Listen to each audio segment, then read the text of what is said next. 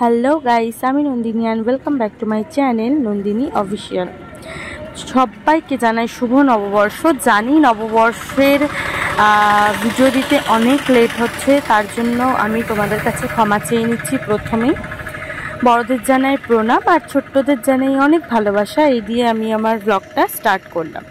তো নববর্ষের দিন কি হয়, সকালবেলা উঠলাম, উঠে স্নান টান করে নতুন জামা পরে পুজো দিতে গেছি। ঠাকুরকে মিষ্টি দিয়ে পুজো দিয়ে তারপর আমি, জানোই তো নববর্ষের দিন একটু ভালো খাওয়া দাওয়া তো হবে। তো দেখলে রান্নাবান্না সব মা করে নিয়েছে।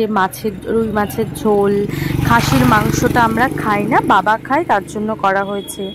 তারপর আরও অনেক কিছু রান্না হয়েছিল, দেখতেই পেলে। শাক হয়েছিল। এইসব করার পর আমরা খেয়ে দিয়ে তারপর একটু রেস্ট নিই। ভিডিওটা প্রায় আমি বিকেল থেকে শুরু করেছিলাম। তারপর আমি কি করি, নতুন জামা পরে চলে আসি একটু দোকান থেকে গিয়ে তারপর ওখান থেকে রেডি হয়ে আবার চলে আসি আমরা মেলায়। তো তোমরা কি জানো যে চড়ক পুজো মানে পয়লা বৈশাখের দিন চড়ক মেলা হয়? হ্যাঁ, চড়ক মেলা হয়, আমাদের এদিকে চড়ক পুজো হয়।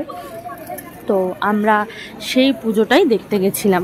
চড়ক পুজোয় না, আমাদের এখানে প্রচুর বড় মেলা হয়। আমরা মেলায় যাই। তারপর জানো তো ওদের কি হয়, ওদের না পিঠে একটা বড়শি টাইপ ফোটানো হয়, সেটা আবার দড়ির সঙ্গে ঝুলিয়ে মানে ঘোরানো হয়। ভাবো তো কতটা কষ্ট। আমি বুঝি না যে এটাতে কি ওদের ব্যথা লাগে না। আমি সবার মুখে শুনেছি যে এটা নাকি মন্ত্রর দ্বারা হয়। আদৌ মন্ত্রতন্ত্র কোনো ব্যাপার আছে কি না জানি না, কিন্তু আমার মনে হয় আছে। নয়তো কীভাবে একটা মানুষ চামড়ার সাথে ওটা করে শূন্যের মধ্যে ঝুলতে পারে, তাই না? দেখো কিভাবে মানে ঝুলছে। তারপর পাশের যে আরেকটা ছেলে দেখছো, ও আবার কি করেছিল জানো তো, ঢাক নিয়ে আরও অনেক কিছু চড়ক ঠাকুর হয় যেটা কাঠের তৈরি হয়, কালাচাঁদ বলে যাকে, সেটাকে নিয়ে ঘুরছিল। তাহলে ভাবো তো এইটা কি করে সম্ভব? এটা কি আদৌ এরকম নাকি কাল্পনিক কোনো কিছু? কিন্তু আমার মনে হয় নিজের চোখে দেখা যে ব্যথায় তো কাতরানো দরকার, সেখানে ওদের কিছুই হয় না। হ্যাঁ, আমি শুনেছি সেদিন কিছু না হলেও দুদিন পর ওই ব্যথাটা হয় আর কি।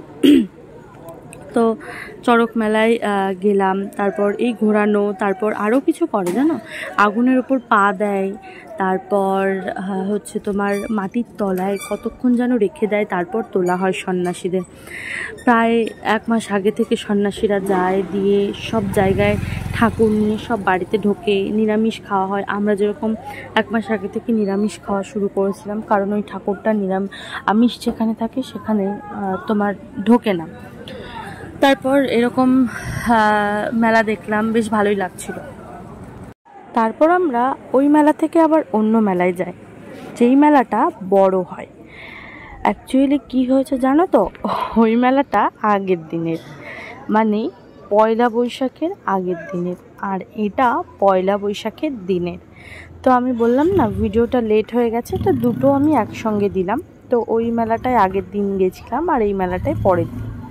এই মেলাটা আমাদের সব থেকে বড় বিএসএফ ক্যাম্পের ওখানে হয়। তো তোমরা যারা যারা ধুবুলিয়ায় থাকো তারা হয়তো জানতে পারবে। আমি জানি আমার ভিডিওতে অনেক কিছু ভুল হচ্ছে, তো তোমরা কমেন্ট করে জানাবে যে আমার কি ভুল হচ্ছে না ভুল হচ্ছে, আর লাইক করে দেবে। আর যারা নতুন আছো আমার চ্যানেলে তারা একটু সাবস্ক্রাইব করে দিও। তারপর আমি আর কোনো ক্লিপ নিতে পারিনি, ভালো লাগে।